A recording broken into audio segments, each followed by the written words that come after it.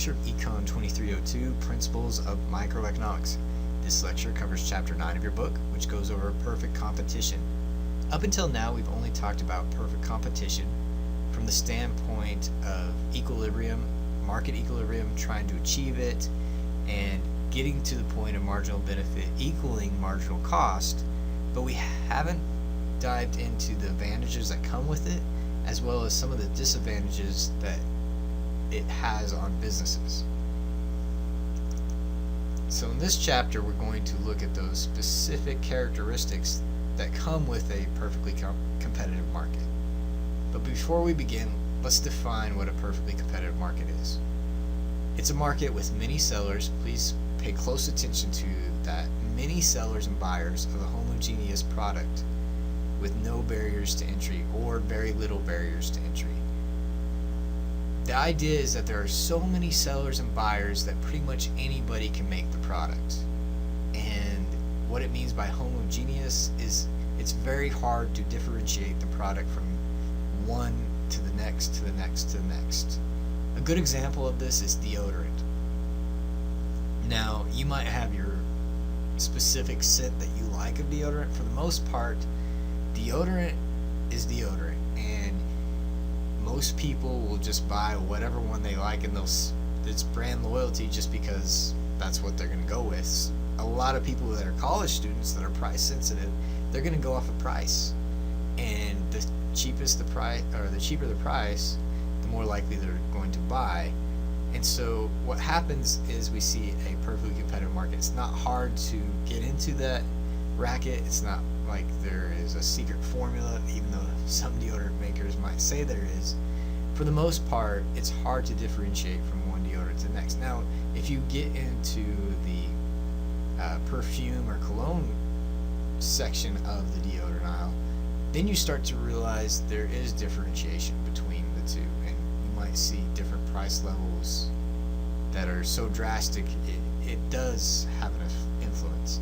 But what we're talking about is the perfectly competitive market in which there are a lot of sellers and a lot of goods that I can buy, and there are a lot of people buying these goods.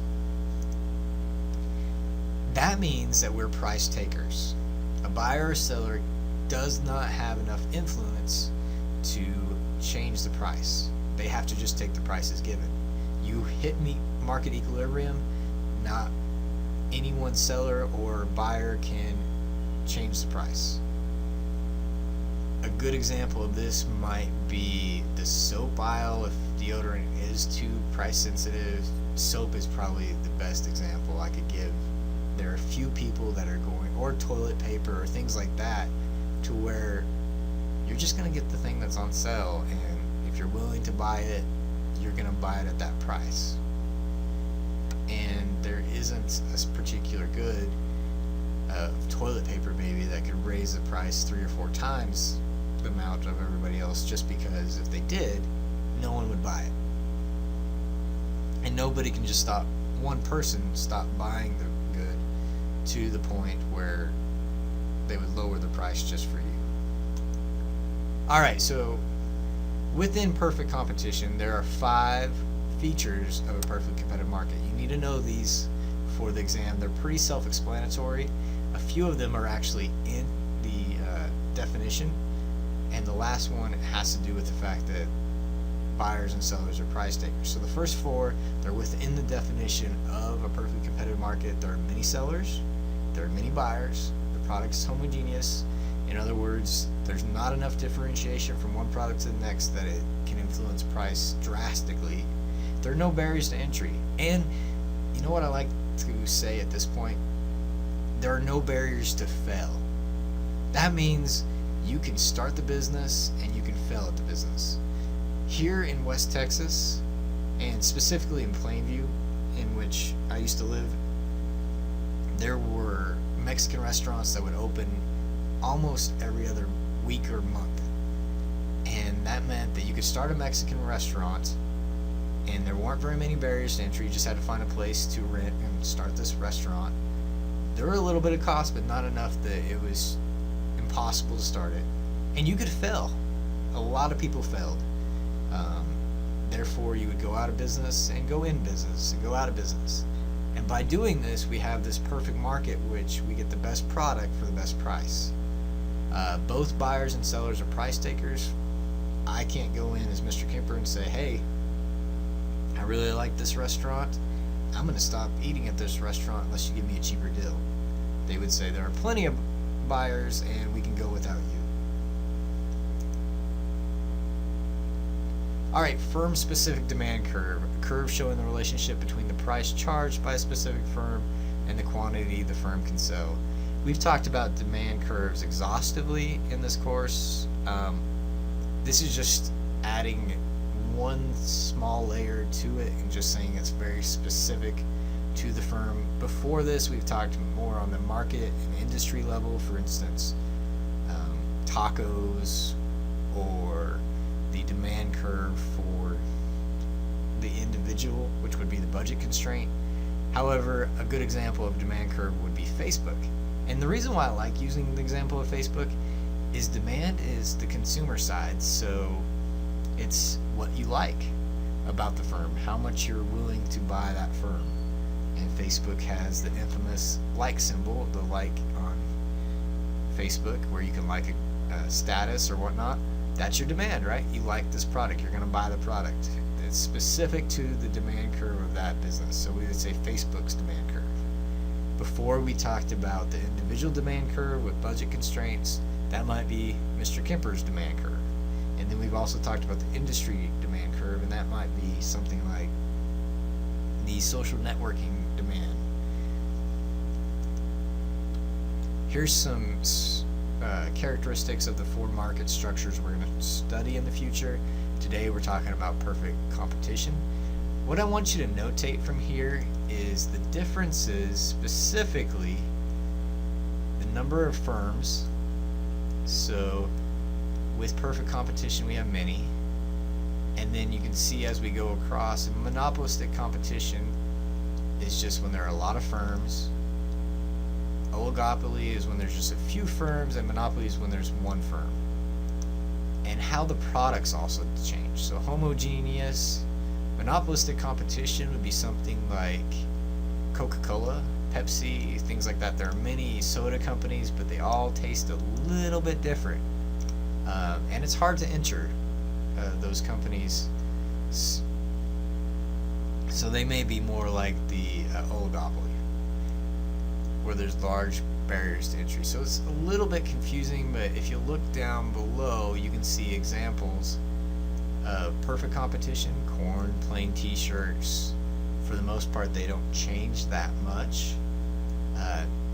Monopolistic competition, they change a little bit. There are many people that sell music, right? Or many music stores. We could even say bands. They're selling the same good, right? There are lots of bands out there, but each band is going to be a little bit different. Oligopoly. This is when there are just a few firms, but each firm has a little bit different product, and they control the whole market, or a significant amount of the market. Example of this would be mobile phone services, things like that. You somewhat know what monopolies are. We'll talk more about each one of these in much more detail in the future, but just to kind of give you an idea of the four market structures we have. If you want to just think of what's the best for the consumer to the worst, you might say that perfect competition is the best, and the closer we go to monopoly is the worst for the consumer. You might say for the business, because I have no competition if I'm a monopoly, that's the best, and the closer I get to perfect competition, where there are more firms and more competition, that's worse for the business. Alright, the total approach, computing total revenue and cost. You're not going to need to know this for the exam. I've given you a lot of math up until this point. I'm actually going to be nice and let you not have that much math on this final exam. But if you were to calculate total revenue, which we've already done in previous chapters, you can calculate at the point where marginal costs will equal marginal revenue, and therefore you actually find out where you should sell or set your price. This is what I want you to know for the exam, is that the firm is always going to set, go back, the point where we have marginal revenue equaling marginal cost. And we want to maximize our profit, right? And so at this point, we see that our costs are going up, but they're not going up at the same rate. And because they're not going up at the same rate, as our total revenue is going to always go up at the same rate because we're not charging different prices, we actually see that we hit a point right here where our profit is maximized, and beyond that, the total cost now starts going up at a higher, drastically higher rate, and we've hit that diminishing returns as far as economies of scale. And at this point, right there, we have a much lower, trying to erase some of that, there we go, we have a lower profit margin here than we did here, and so we want to hit that point right before marginal cost is going down, and it's less, our marginal cost is greater than marginal benefit. Here's what you need to know for the exam. Marginal principle, we've talked about this many times. Choose the point in which marginal benefit exceeds marginal cost, and we will keep producing and keep producing. And then we stop producing at the point where marginal benefit equals marginal cost. Why do we do that? Well, that's pretty self-explanatory, because if we go any further, marginal benefit is less than our marginal cost. That means we're losing money. So as long as marginal benefit is greater than marginal cost, that means each product we produce gives us more profit. Then we're going to keep producing, stop producing at this point right here, and keep producing at this point right here. And I actually should say we stop producing at the point marginal benefit equals marginal cost. We can keep producing if we want, as long as the marginal benefit won't be less than the marginal cost, but right here we've hit essentially the break-even point. So this is our break-even point. If you want to label it as something, this box right here would be keep producing. I'm going to just put a KP so you know, keep producing, and right here stop producing, because you're losing money. Alright. Okay, let me do one last thing. So marginal revenue on this slide.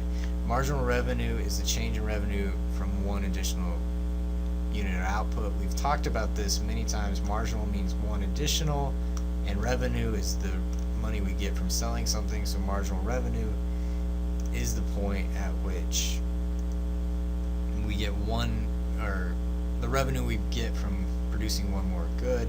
So therefore it's the price, right? Price equals marginal revenue.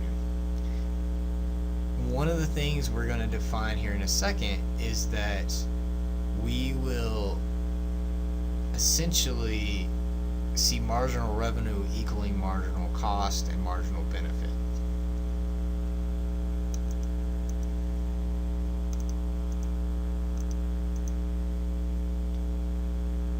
So this kind of shows you a little bit about it. What we're going to do, and you don't need to know this graph for this class, but if our marginal revenue is this point right here, and our marginal cost is this point, this line, I guess right here, we're going to produce where marginal revenue equals marginal cost and they intersect. And we're going to sell it at that price as well. So that's $12 we're going to sell it at. And we also know where that intersects at the supply curve. So we'd have 8 shirts per minute at that point. And we could do the calculation and actually figure out the cost per minute. You're not going to need to do that for this exam, but what you need to know is that we're going to stop producing at the point where marginal cost equals marginal revenue, which is price, and those two are intersected, and that's where we maximize our profit. Our break-even point, economic profit. So economic profit we've defined earlier was essentially when you would actually account, or economic costs when you account for implicit as well as explicit costs. Well, now we're going to define it a little bit different using economic profit. And economic profit equals price minus average cost times quantity produced. And I'm going to show you quickly how we can calculate the break-even point.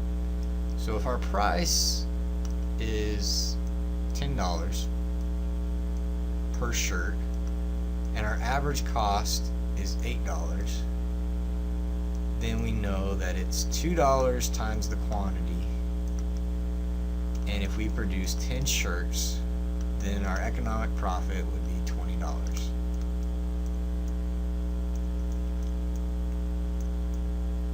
However, let's say we decided to raise the price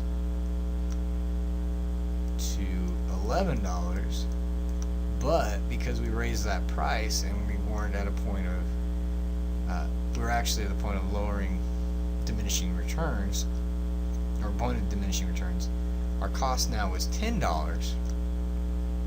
So even though we're selling more items, I mean not selling more items, we're charging at a higher price at 11. Let me erase that quickly. And then we're charging a higher price at $11. If our average costs are going up, what we will see is 11 minus 10, we have a lower economic profit. So we have to pay close attention to that, and we need to equal the point of marginal benefit equaling marginal cost because of that. And we don't want to get past that point of diminishing returns. And it can get even worse. So let's just say that we were to produce more than 10 items and sell them at $11 a piece, and it cost close to $11, and I know it's not going to cost as much, but let's just say it did, to produce the goods. Then what we would see is our economic profit now, even though we have some revenue, is 0.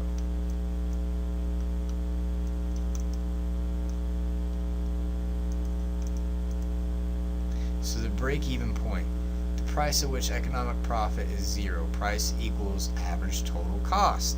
That's what I just showed you. You can't go any further. That's a break-even point. You've covered all your costs. This does not mean that you yourself are not making money. A lot of people think that means, well, I'm not making a profit per se. Well, you might be including your salary into the average cost, and in which case you hit that economic profit of 0, that's your break-even point, and that's what I just illustrated a second ago. And that's the point, the absolute last point, especially in a perfectly competitive market. We're going to drive the price down to that point where you're not going to make any surplus of profit, but you're not going to lose any money either.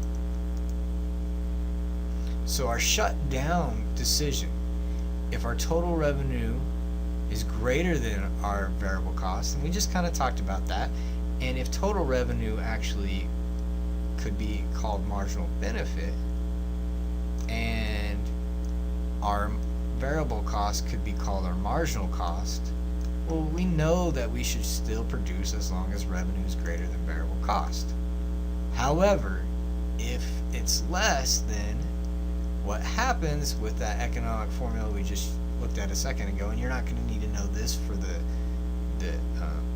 formula per se for the exam, but you do need to know that if marginal benefit or revenue is less than marginal cost, we should shut down because we're losing money, and in the long run we'll lose so much money that we lose everything.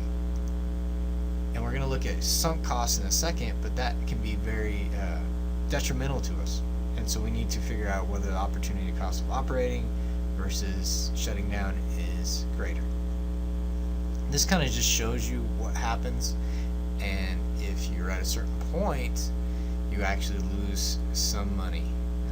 This shows you that when it's $14, or the price is $4 versus $3.25, because of your variable cost being more than your revenue, you're going to start losing money.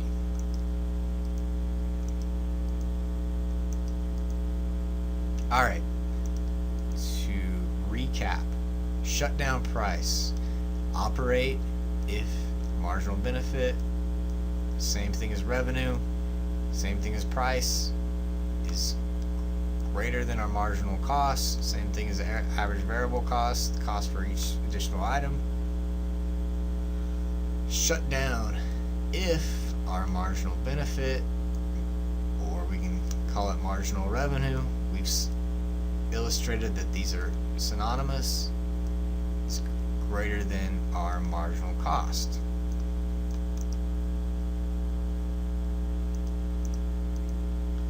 So one of the neat things that I like to illustrate here, remember that we want to get to the point where marginal cost equals marginal benefit.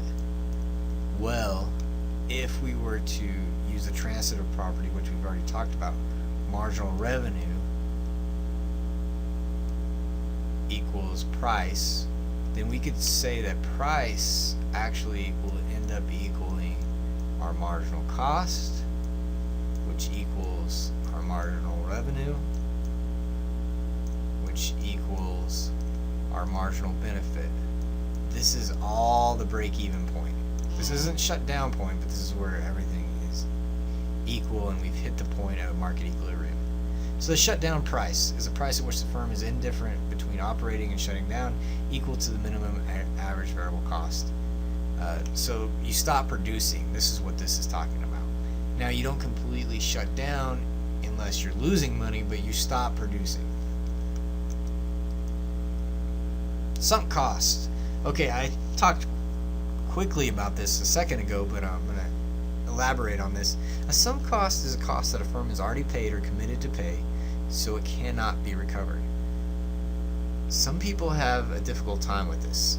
It's kind of like your fixed cost, but you don't continually pay them. For instance, if I were to start a taco stand, let's just call it Tom's Tacos, and I buy a little taco cart for $500. I only have to pay that $500 once. I own that. I've already committed to paying that. And if, for whatever reason, I'm not profitable, I don't want to take into account the fact that I paid that $500 and think, man, I gotta make that $500 back.